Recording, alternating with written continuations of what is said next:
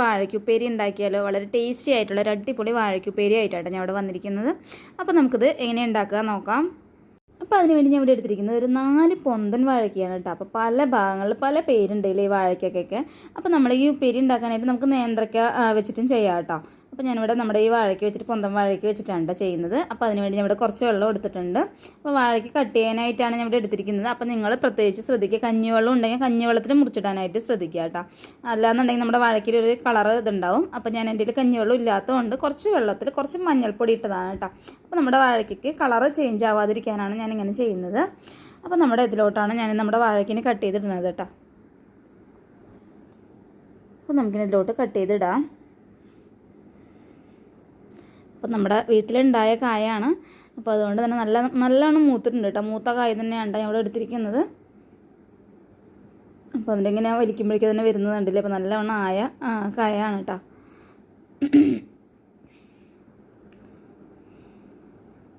നമ്മുടെ ബജ്ജിയൊക്കെ ഉണ്ടാക്കാനൊക്കെ പറ്റുന്ന ഒരു അടിപൊളി കായാണ് കേട്ടത്. അപ്പോൾ നമ്മുടെ വാഴയ്ക്കയുടെ തൊലിയൊക്കെ കളഞ്ഞ് ചെറിയ പീസായിട്ട് ഇവിടെ കട്ട് ചെയ്തിട്ട് ഒന്ന് കഴുകി വാരി വെച്ചതാണ് കേട്ടോ. അപ്പോൾ ഞാനിത് ചീനച്ചട്ടിയിലോട്ട് മാറ്റി കൊടുക്കാൻ പോവുകയാണ്.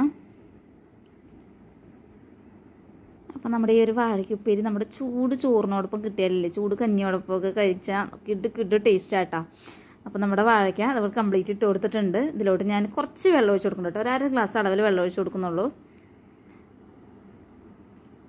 അതേപോലെ തന്നെ ഒരു 1/2 ടീസ്പൂൺ അളവിൽ മഞ്ഞൾപ്പൊടിയും കൂടി ചേർത്ത് കൊടുക്കുന്നുണ്ട്. ഇനി ഇതിലോട്ട് ഒരു 1-1.5 ടീസ്പൂൺ അളവിൽ നമുക്ക് ഉപ്പും കൂടി ചേർത്ത് കൊടുക്കാം. ഒന്ന് ഇളക്കിയെടുക്കാം. അതിന് ശേഷം നമുക്ക് അടുപ്പിലോട്ട് വേവിക്കാനായിട്ട് വയ്ക്കാം. ഇപ്പോൾ ഒരു തട്ട് വെച്ചിട്ടൊന്ന് അടച്ചു കൊടുക്കാം നമുക്കിനി. അപ്പോൾ നമുക്ക് ഈ നമ്മുടെ വാഴയ്ക്ക് ഒന്ന് വേവുമ്പോഴേക്ക് തന്നെ അതിന് വേണ്ടി ചെറിയൊരു അരപ്പുണ്ട് കേട്ടോ. അതൊന്ന് റെഡിയാക്കി എടുക്കാം. അതിലേക്ക് ഞാൻ എടുത്തിരിക്കുന്നത് ഒരു 1/2 മൂടി ഉണ്ട് തേങ്ങ എടുത്തിരിക്കുന്നത്. ഒരു 4 ടേബിൾ സ്പൂൺ എന്നൊക്കെ വേണമെങ്കിൽ പറയാം. അത്ര തേങ്ങ എടുത്തിട്ടുള്ളൂ. ഒരു 1/2 ടീസ്പൂൺ ജീരകം, 2 വെളുത്തുള്ളി, ഒരു 4-5 പച്ചമുളക്, ഇത്രയും ഞാൻ എടുത്തിരിക്കുന്നത്. മുളക് ഓരോരുത്തരുടെ ഇഷ്ടാനുസരണമാണ്. അപ്പോൾ ഞാൻ 5 എടുത്ത് പറഞ്ഞാൽ ഇത് വലിയ എരിവൊന്നും ഇല്ല കേട്ടോ. അപ്പോൾ അതുകൊണ്ട് ഒരു 5 എടുത്തപ്പോൾ നിങ്ങൾ എത്രയാണ് വേണ്ടതെന്ന് അതിനനുസരിച്ച് ചേർക്കാം. ഇതിലോട്ട് ഞാൻ വെള്ളമൊന്നും ചേർക്കുന്നില്ല, അല്ലാതെ തന്നെ ഒന്ന് ഒതുക്കി എടുത്തിട്ട് വരികയാണ് കേട്ടോ ചെയ്യുന്നത്. ഒന്ന് അരച്ചെടുത്തിട്ട് വരട്ടെ. അപ്പോഴേക്കും തന്നെ നമ്മുടെ വാഴയ്ക്ക് ഒന്ന് ആയോ നോക്കാം നമുക്ക്. അപ്പോൾ നമ്മുടെ വാഴയ്ക്കയിൽ വെള്ളമൊക്കെ കംപ്ലീറ്റ് പോയിട്ടുണ്ട്. അപ്പോൾ നമുക്ക് നോക്കാം. നല്ലവണ്ണം ആയിട്ടുണ്ട് കേട്ടോ വാഴയ്ക്ക്. അപ്പോൾ ഞാനൊന്ന് മാറ്റി വയ്ക്കാൻ പോവുകയാണ്. ഇനി നമുക്ക് വേറൊരു ചീനച്ചട്ടി അടുപ്പിലോട്ട് വയ്ക്കാം. അപ്പോൾ അത് നമ്മുടെ ചട്ടി നന്നായി ചൂടായി കിടക്കുന്നുണ്ട്. ഇതിലോട്ട് ഞാൻ കുറച്ച് വെളിച്ചെണ്ണയാണ് കേട്ടോ ഒഴിച്ച് കൊടുക്കുന്നത്.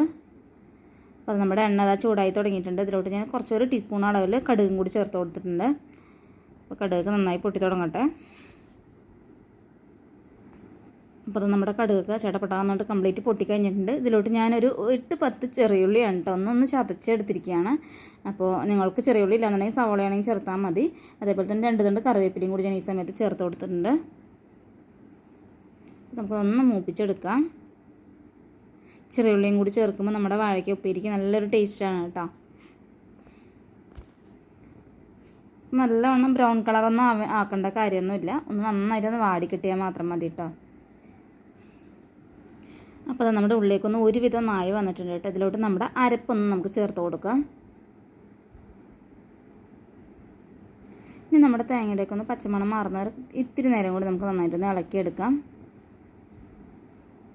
അപ്പോൾ അത് നമ്മുടെ തേങ്ങയുടെ പച്ചമണമൊക്കെ ഒന്ന് മാറി വന്നിട്ടുണ്ട്. ഇനി ഇതിലോട്ട് നമ്മുടെ വാഴയ്ക്ക നമുക്കിനി ചേർത്ത് കൊടുക്കാം. ഈ സമയത്ത് നമ്മുടെ ഈ ഒരു വാഴയ്ക്ക ഉപ്പേരിയില്ലേ, സത്യം പറയുകയാണെങ്കിൽ ഞങ്ങളത് ചായയോടൊപ്പമൊക്കെ കഴിക്കും കേട്ടോ. അപ്പോൾ എല്ലാവരും അങ്ങനെ ചെയ്യുമെന്ന് അറിയില്ല. പക്ഷെ ഞങ്ങൾക്ക് ഇഷ്ടമുള്ള കൂർക്കയുടെ ഒക്കെ ഉപ്പേരിയൊക്കെ ഉണ്ടാക്കില്ലേ, അതൊക്കെ ഉണ്ടാക്കുമ്പോൾ ഞങ്ങൾ ചായ വയ്ക്കുമ്പോൾ ചായയോടൊപ്പമൊക്കെ എടുക്കാറുണ്ട് കേട്ടോ. അപ്പോൾ അത് പ്രത്യേക ഒരു ഫീലാണ് സത്യം പറഞ്ഞാൽ. അപ്പോൾ നിങ്ങളൊക്കെ അങ്ങനെ ചെയ്യാറുണ്ടോ? അപ്പോൾ ഞങ്ങൾക്ക് ഭയങ്കര ഇഷ്ടമുള്ള സംഭവം കേട്ടത്. ഇനിയിപ്പോൾ നമുക്ക് നന്നായിട്ടൊന്ന് മിക്സ് ചെയ്തെടുക്കാം. അത്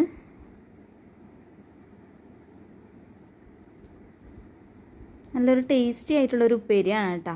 അപ്പോൾ ചിലയിടങ്ങളിൽ ഇതൊന്നും ഉപ്പേരി എന്ന് പറഞ്ഞാൽ അറിയില്ല. അപ്പോൾ ഞങ്ങൾ പാലക്കാട്ടുകാരുടെ ഉപ്പേരി എന്നാണ് ഞങ്ങൾ പറയാറുള്ളത്.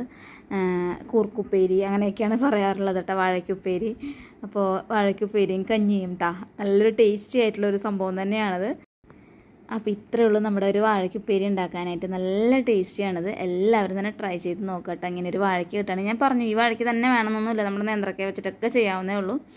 അപ്പോൾ നമ്മുടെ ഈ നാടൻ രീതിയിലുള്ള നല്ല തനി നാടൻ വാഴയ്ക്കുപ്പേരി എല്ലാവർക്കും തന്നെ ഇഷ്ടപ്പെട്ടിട്ടുണ്ടാകുമെന്ന് വിചാരിക്കുന്നു. അപ്പോൾ എല്ലാവരും ഒന്ന് ട്രൈ ചെയ്ത് നോക്കുക. നിങ്ങളുടെ അഭിപ്രായങ്ങൾ കമൻറ്റ് ബോക്സിലിടുക. പിന്നെ ഈ വീഡിയോ ഇഷ്ടമായിട്ടുണ്ടെങ്കിൽ ഒന്ന് ലൈക്ക് ചെയ്യാനും കേട്ടോ. അതേപോലെ തന്നെ മാക്സിമം ഒന്ന് ഷെയർ ചെയ്യാനും പിന്നെ സബ്സ്ക്രൈബ് ചെയ്യാത്തവരാണെങ്കിൽ ഒന്ന് സബ്സ്ക്രൈബും കൂടെ ചെയ്ത് സപ്പോർട്ട് ചെയ്യാം കേട്ടോ. എങ്കിലും അടുത്ത നല്ലൊരു വീഡിയോയിലൂടെ നമുക്ക് വീണ്ടും കാണാം.